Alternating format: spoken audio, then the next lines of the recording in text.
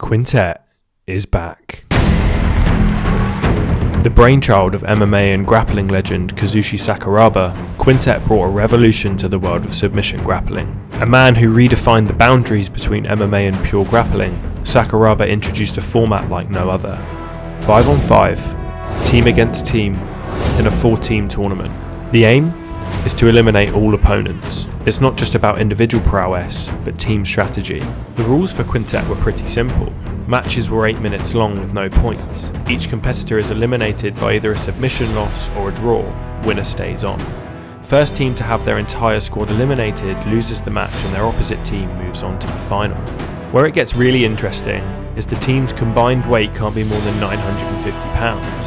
But they can split that up by the 5 team members however they want, which means for us, the spectators, we get to see some real David and Goliath moments, as well as adding a strategic edge to the tournament. They found a way to make stalling exciting. The worst part of our sport is when nothing's happening, but what would make it exciting would be that stalling could be strategic. You know what I mean? Like if your team's not as good as the other team and you're facing someone that's really, really good, you know, it might be an elite level guy on the other team, you just like, shit, if I survive, this guy's out of the event. This has led to some of the greatest matches in Jiu-Jitsu history.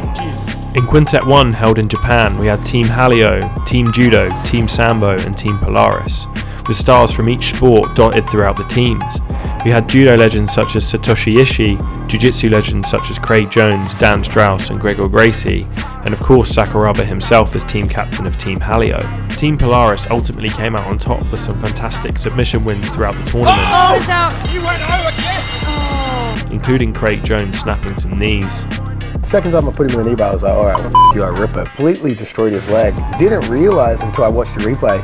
And then after I break his leg, I grab his hand to pick him up and he steps on his leg and it completely buckles inwards. Was disgusting. Quintet 2 also didn't fail to disappoint. With no Team Polaris or Team Sambo this time around, an all-American Team 10th Planet joined the battle alongside Team Tiger Muay Thai.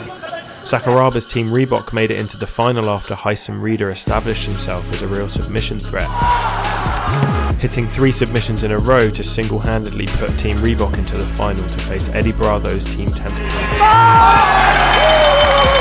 The Boogeyman struck first, submitting the team captain Sakuraba himself, which left him facing the young phenom Hyson Reeder. Reeder managed to execute a slick armbar to level the scores, but then would have to face Richie's brother Gio in the next match. Defending his family's honour, the much smaller Gio Martinez caught Hyson in a deadly guillotine, not only to avenge his brother but to put 10th Planet back in the lead.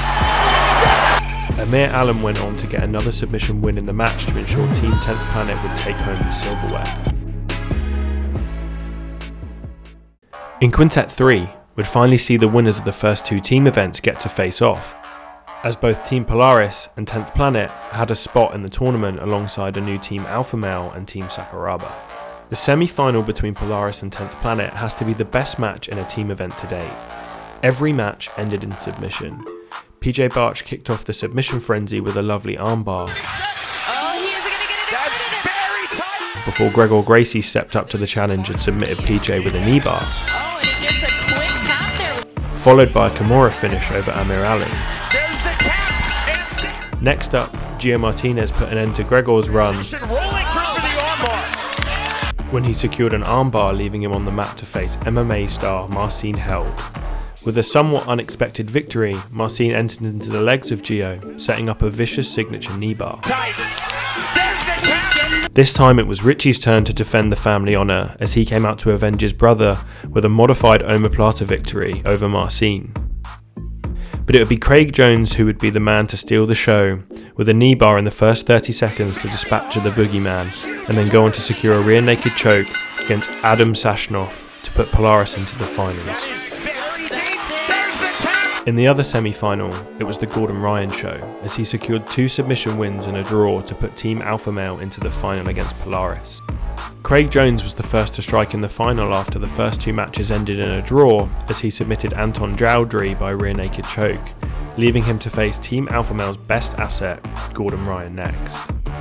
3.5 minutes into the match, he submitted Jones to level the scores and stay on to face Vitor Ribeiro, who he would later submit by armbar. This meant that Team Alpha Male were 2-1 up, with one competitor remaining for Polaris, Greg or Gracie. After the full 8 minutes, Gracie was unable to break through, leaving Team Alpha Male to win the tournament. Quintet has had some other notable shows throughout the years, with Quintet Ultra, which saw the 4 main MMA organisations facing off against each other in a team survival style matchup. But in my opinion, nothing has quite hit the mark like the quintets of old, perfectly blending Jiu-Jitsu's Japanese origins with an exciting team format with the best Jiu-Jitsu practitioners around the globe. Announced for Quintet 4 currently, we have 4 outstanding teams to look forward to. The return of teams Sakuraba, Polaris and 10th Planet, with some changes to their lineups, but the arrival of a new team that's my favourite to win the competition, the B team.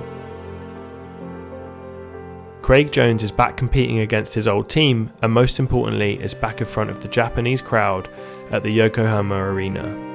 New faces, old legends and the same electric atmosphere. I for one can't wait. Let me know who you think's going to win in the comments.